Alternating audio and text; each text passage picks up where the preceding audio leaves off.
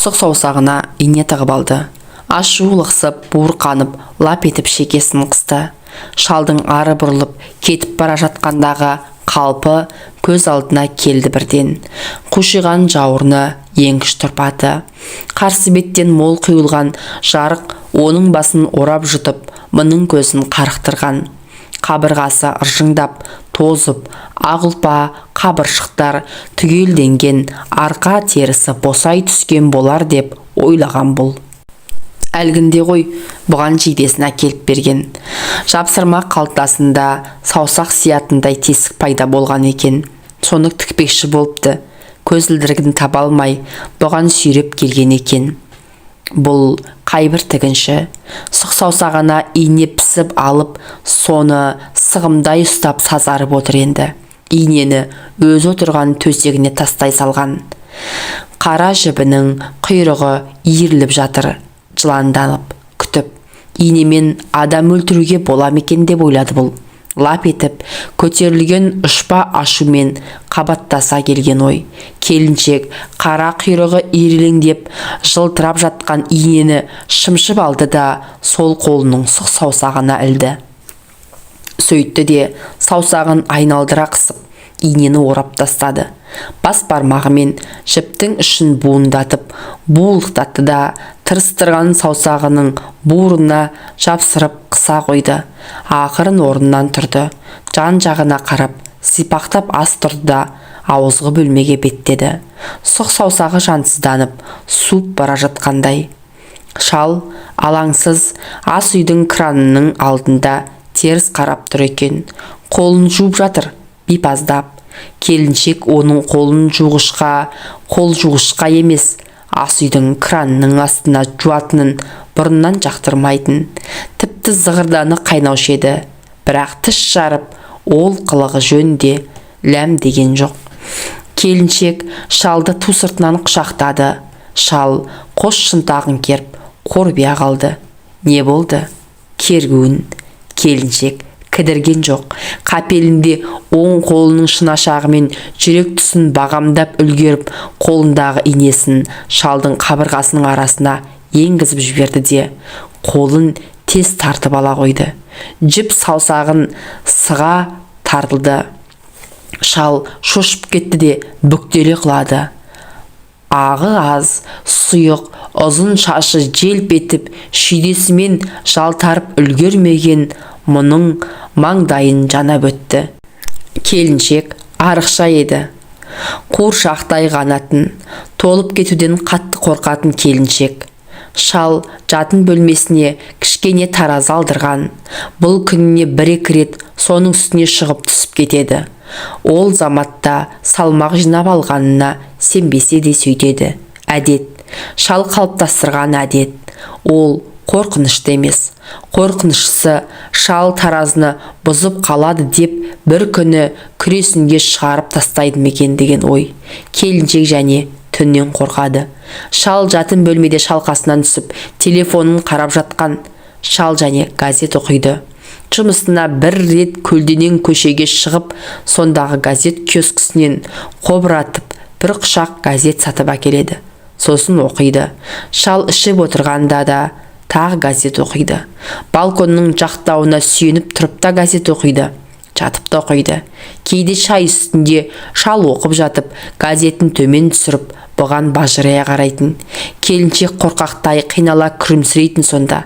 Не болды? Шал кірпік қақпай бұған қадалады. Қазгидрометті жекеге ала салуым керек еді әкеңнің. Ол не? Ол атаңның басы. Жынды. Шал газетін қайыра қолын алады. Келіншектің ашуы лықсып кеп шекесін тебеді. Бірдеңе дегісі келеді. Бірақ шал бетін алабажақ газетімен бүркеп алады да ондайда. Өзін әзер тежейді бұл. Тежемегенде не істей алады? Осы шал жынды. Түсінбеген соң сұрайды енді. Сұрап білмей ме Қазгидромет деген бәленің не екенін? Шал жатын бөлмеде шалқасынан түсіп, телефон қарап жатқан.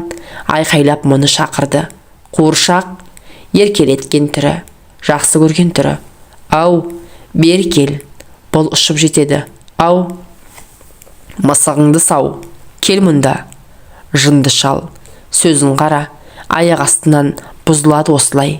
Шал аяғын қос төсектен салбыратып отыр екен. Аяқ ұшына 4 бұрышты кішкене таразыны тақап қойыпты. Семірдің ау. Кім? Мен бе? Енді мен емес шығармын. Шал осы сөзді айтқанда даусында ерекше мақтаныш тұрады. Оны бұл сан қайталаған. Я, шал арық болатын, денесінде қырым артық ет жоқ. Иығы қушиып кеудесі ішіне кіріп тұрады. Мойны қатпарланып, тарамыстары сыртқа керіліп, терісі қызылшақа бір реңде жүретін еді. Кейде жүн жылған тауықтай мойын елестететін. Шалдың бойын тіреп тұратын артық етің жоқтығынан ба, бұл қалай деп ойлайды сәл еңіш тартатын. Шал сәнді киінгенді жақсы көреді. Базарға жалғыз барып, қызылды жасылды түрлі киімдер алып келетін. Сосын үйдегі кісі бойы айнаның алдында әлгі киімдерін кезек-кезек киіп, ұзақ ой қастап жүретін. Сирек шашын ары-бері сілкілеп, мазасы кететін. Сол кезде келіншек сыртта бақылап отырады. Ауық-ауық мақтау сөздерінде айтып отырады. Шал еңіш бойын жазып, жаңа киіммен әрі-бері жүреді. Құж табан жаңа топылыйы, үйдің паркет еденін сыра соққылайды. Келіншек мақтайды. Шал келесі киімін кию үшін үстіндегі алқызыл кеудешесін шешкенде, келіншек оның олақтың сылағанындай салбыраған кеудесін, шалбарланған кәрі терілі қарнын көріп қалады. Шал аяқ ұшына 4 бұрышты кішкене таразыны тақап қойыпты. Тұрмында. Келіншек басқа сөзге келместен аяғындағы жеңіл тәпішкесін шешіп таразының үстіне шықты. Шал теріс қарап тұрған келіншектің бөксесінің тасасынан мойнын созып таразының жылтылдай ауысып жатқан сандарына қарады. Семіріп кетіпсің. Қалай? Солай. 55 деп тұр ғой. Шал шарт етеді. Айтпадым ба, таразы бұзылған деп. Семіргенсің. Семірмегенмін. Міне, мұнда қара. Шал алдында таразының үстінде теріс қарап тұрған келіншектің етегін сәл көтеріп, қылтасынан уыстай шымшиды. Міне, мынау 2 жарылып тұрмау керек. Келіншектің даусы жыламсырай шығады. Қайсысы? 2 жарылып тұрған жоқ қой. Салмағым 55 келі. Көп пе? Шал әлде таразының үстінде аяғының астындағы жылтылдаған сипырлардан айырылғысы келмей тұрған келіншекті шынтағымен итереді. Таразы бұзылған. Келіншек кішкене 4 бұрышты таразыдан түсуге мәжбүр. Келіншек және түннен қорқады. Кеш түссе шал қара көлеңке жатын бөлмеде өзінің аяқ тұсындағы шағын кебежені ашып, ішінен әлде бір қызыл жапсырмасы бар құтыны алады. Сосын сол құтының түбінде жабысып тұратын ағаш қасығын алып, құтының ішіндегі қоймалжыңды асықпай, баптанып отырып араластырады. Араластыра бастағаннан жұтына бастайды. Сосын оны әлгі ағаш қасығымен іліп алып, асап жібереді де бұған қарайды. Бұл бір стакан жылы су ұсынуы керек сол сәтте. Бүгін келіншекке бір ой келген. Шал бұрын қуатын көбейту үшін виагра ішетін. Кейінгі кезде осы қызыл жапсырмасы бар құтыдағы қоймалжыңға құмар болды. Қатырма қағазға жапсырылған сопақша, көкшіл түсті, әлгі дәрісі ас үйдегі шкафтың жоғары қатарында ұмыт қалған. Келіншек оның бір талын қатырма қағаздың бауырынан босатып алып, кішкене тәрелкеге шай қасықпен тұтқырып отырып ұнтақтады. Сопақша дәрі бұлтылдап әрі-бері қашқанымен келіншек мұны құтқармады. Түгел үгітіп болып, сопақша сусынға арналған ыдысқа төкті. Көкшіл ұнтақ ыдыстың қабырғасын тозаңдатып, жалап барып түбіне жайыла барды. Оған аз үңіліп отырды, сосын аз көрінді. Тағы бір дәріні қағазынан босатып алды. Онда жан-жағынан жалтақтай отырып асығыс үгітті. Шал қоймалжыңын ағаш қасықпен араластырып отырған ол кезде келіншек газда тұрған шәйнекті алып, әлгі ұнтақ төккен ыдысқа су құйды. Шәйнек толық суып үлгермеген екен.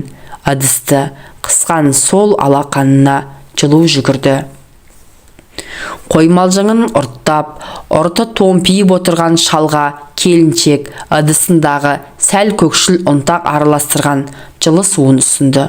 Шал кідірген жоқ, стаканын белуардан келген суды сіміріп салды. Шал сосын төсегіне шалқалақтап жатып шешіне бастайды. Жеңіл футболкасын сыпырды әуелі. Сосын жауырынын мамық төсекке тіреп, бөксесін көтеріп, спорттық шалбарын шешеді. Онымен бірге лыпасы қоса кетеді. Олардың басын ажыратып жатпастан қасындағы кебежеге лақтыра салады. Онысы сыпырылып жерге құлайды. Шалға ол ұнамайды. Лыпасы бауырында кеткен шалбарды қабырғасы ыржаңдап тұрып келеді де, қайыра екі бүктеп, жайғастырып төсегіне бұрылады. Төсегіне барып сұлап түскенше келіншектің көңілінде шалдың тозған жалаңаш тәніндегі олақтың сылақтары іркіліп тұрады. Шал қасына келіп, шалқақтай жатқан келіншекке сөз де арнамай, көңіл де аудармай аз жатты. Тұт жалаңаш. Сосын қырынан аударылып, одан төмен ысырылып, келіншектің белуарына кетті. Шалдың мұрты әуелі кіндік тұсын түрткіледі. Сосын қиялап санына барды. Тізе айналып шапқа өтті. Келіншек тістеніп жатыр. Қос жұдырығына жайманы жұмарлап қысып алды. Мұрты түрпіді еді шалдың. Шал көп темекі тартады. Темекінің түтінін ішіне сорып, сыздықтата қайыра сыртқа босатқанда тікенек мұрт талдарының арасын сыздықтатқан түтін аралап бара жатқанын бұл да көретін, мүмкін солай сезетін. Неге сүзгі болмаған, неге батпаған мұрт еді бұл, деп ойлаушы еді келіншек. Сол мұрт шыбын сызып өрлеп келеді. Өрлеп келіп, суатқа тоқтағандай кідірді. Келіншек астындағы ақжайманы тартып, жұдырығына бір орап алды. Ақжайма тартқан қолы жамбасын екі жақтап қысты. Жұдырығы батып бара жатты жамбасына. Шалдың мұрты мойнын қажап жатқан еді бұл кезде. Бұл оның демін жұтпау үшін басын қырын бұрып, көзін жұмып алды. Шалдың мұрты бірде мойнына, бірде иығына қадалады. Bir кезде самайына барып үйкелген мұрт қатты жабысты да ажырап кетті. Шал қайқая беріп, дем жетпегендей аузын мәңгірте ашты да сылқ түсті. Қимылсыз қалды шал. Келіншек үстіне иттің терісі құлағандай тыжырынып, жансыз шалдың демесін үстінен аударып тастады. Ертесі келіншек базарға шықты. Таразы сатып алмақ. Тура осындай кішірек, тек салмағын қадағалап отыратын үйдегідей. Бірақ Қытайдікін емес, сапалысын. Батыс елдерінің бірінің шығарғанын алмақ. Орыстікі де керек емес. Олар таразы шығарады мекен? Сенім жоқ. Бұл базар баяғыда құйтақандай болатын. Қазір кеңейген. Тіпті шетімен шегін бағамдап болмайды. Мына қатардың аяғына жеткен соң темір шарбаққа тірелетінсің бұрын. Қазір жол шарбақтың қаңқасы ғана бар. Ортасын сойдақтатып, шарбақ талдарын қалай болса солай қисайтып, ашып тастаған. Одан да шарбақты түгел алып тасташашы. Мына араның сиқын кетірмей деп ойлайды еріксіз. Ар жағы бір-біріне иық тірей орналасқан, жапырлаған тұрғын үйлер еді. Енді олардың да арасына сауда қатары саналып, базарға сіңіп кетіпті. Келіншек әйтеуір бір қатарға түсті, шамалап жүріп келеді. Ләпкедегілерге теріс қарап, әлденеге айналып тұрған сатушылар бұл жақындағанда бері айналып, жүзіне үміттене қарайды. Не іздедіңіз? Келіншек жауап бермесе, көңілі қалатындай көреді оларды. Таразы, таразы. Сатушы жақтырмай теріс айналды. Келіншектің көңілі қалады демейді. Келесі сатушы үмітті. Не іздедіңіз? Таразы. Сатушы жақтырмай қалады. Немене? Келіншек таразы. Сатушы қолын бірақ сілтейді. келіншекке наразы. Мұндағы бар затты іздемей таразы ме, құлаққа кірмейтін бірдеңе іздеп жүргеніне наразы. Келіншекке ол аян. Сұраған өздері, сөздерін жауапсыз қалдырғысы келмеген бұл. Болмаса, бұл олардың жүйкесіне тигеніне қысылып та келеді. Осы қатардың аяқ жағына көр жер сатылуға тиіс. Сонда болуы керек таразы. Келіншек іздеген таразысын ол жерден таппады. Ол жерде тек мұның жатын бөлмесінде тұрғандай арзан таразылар сатады екен. Көптің жол сілтеуімен базардан қиыс оқшаулау тұрған әйнек үйден тапты қымбат таразы. Бауырында белгіленген «Изи» жазуы жарқырайды. Сатушы сұңғақ бойлы құс мұрын арықша жігіт екен. Немқұрайлы орнынан тұрып, жеңіл таразының сыртындағы жылтырлаған үнсіз сыпырып тастады. Қысқалау алдырған сәл толғақты көмір қара шашын солға қарай жылмита тарап алыпты. Шашының ары қайырылғанын шекарасын ағараңдатып айқын көрсетеді. Сірә жіңішкелеп қырып қойған-ау. Келіншек ақшасын төлеп болған соң жігітке қиыла қарайды. Дұрыс жұмыс істей ме? Немене? Таразын айтам. Өлшеніп көрмейсіз бе? Көрейін. Сұңғақ бойлы, сымбатты жігіт таразыны келіншектің қолынан алып аш шұқылады да жерге қойды. Шығыңыз, айтпақшы, салмағыңыз неше? Келіншек аз мүдіріп, сенімсіз жауап берді. 50-55. Сымбатты жігіт мұның бетіне аз қарап тұрды да қабағын түйді. Қою қастарының арасынан қос сызық пайда болды. 55? Иә, келіңіз. Келіншек сындырып алмайын дегендей ақырын оң аяғын қойып сәл салмақтап тұрды да сол аяғын ептеп жиып таразыға шықты. Таразының бүйіріндегі әйнекшеде жасыл сандар сапырласа жөнделді де 55 деген санға тоқтады. Жігіттің қабағы жазылып сала берді. Иә, 55 екен. Келіншек білінер білінбес күрсінді де таразыдан түсті. Шал үйде пайда болған жаңа сапалы таразыға мүлде мән бермеді. Келіншек ескі таразыны былай ысырып, орнына жылтыраған жаңа мүсіндегі жаңа таразыны жайғастырып жатқанда да мойнын бұрып, назар тоқтатқанмен ләм деп аузын ашқан жоқ. Келіншек ескі таразыны көргісі де келген жоқ. Оны бір жаққа жоғалту керек. Үйде тұрса қай жерге тықса да көкірегінде күдік болып кілкіп тұратынын сезді. Сол себепті көзін құртқаны дұрыс, лақтырып жіберу керек. Келіншек таразыны біраздан соң қоқысқа апарып тастарым деп шешті. Көңілі әлденені қалайды. Нені екен? Таппады. Сол себепті шай ішем деп шешті келіншек. Таразыны көтеріп апарып, әзірге тоңазытқыштың үстіне апарып қойды. Келіншектің бойы кішкентай, өзі қуыршақтай. Таразыны басынан ақырын ғана әрең асырып көтерді. Тоңазытқыштың төбесіне іліктірді әйтеуір. Көңілі көтеріліп қалғандай ма, ыңылдап ән айтып жүріп шай жасады. Сосын шалды шақырды шайға. Шалдың орны тоңазытқыштың белуарындайды. Тоңазытқышқа ақырын тіреп отыратын, бергі бүйірінде ас үстелі қысып тұратын еді. Шал шайға келді. Үстінде футболка, бұтында жеңіл шолақ шалбар. Кейде ши бұты бүріліп, осы шолақ шалбармен сыртқа шығып келеді. Бұл шолақ шалбар шалға тіпті де жараспайтын еді. Көкшіл тартқан жіңішке тамырлар арасынан тозаңды балтыры шіркін көрінбей шалбар жарасып тұрсашы ғой.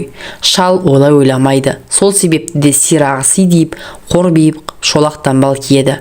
Шал тоңазытқыштың бүйіріне арқасын сүйей отырды. Қобарлатып газетін сүйрей келген. Оны үстелдің шетіндегі алма толы шұңғылдау ыдыстың үстіне жайып қойды. Сосын ұмсынып келіншек ұсынған шәшкесін ала бергенде бағанадан үнсіз тұрған тоңазытқыш дүр сілкінді. Шәшкесін іліп отырғанда құйрығын ыңғайлай берген шал еді. Шал биік тоңазытқыштың үстінде әзер ілініп тұрған кішкене таразы тайып кеткенде бар салмағымен төмен зулап кеп шалдың төбесіне сарт ете қалған. Шалдың мойны қалқақтай еді.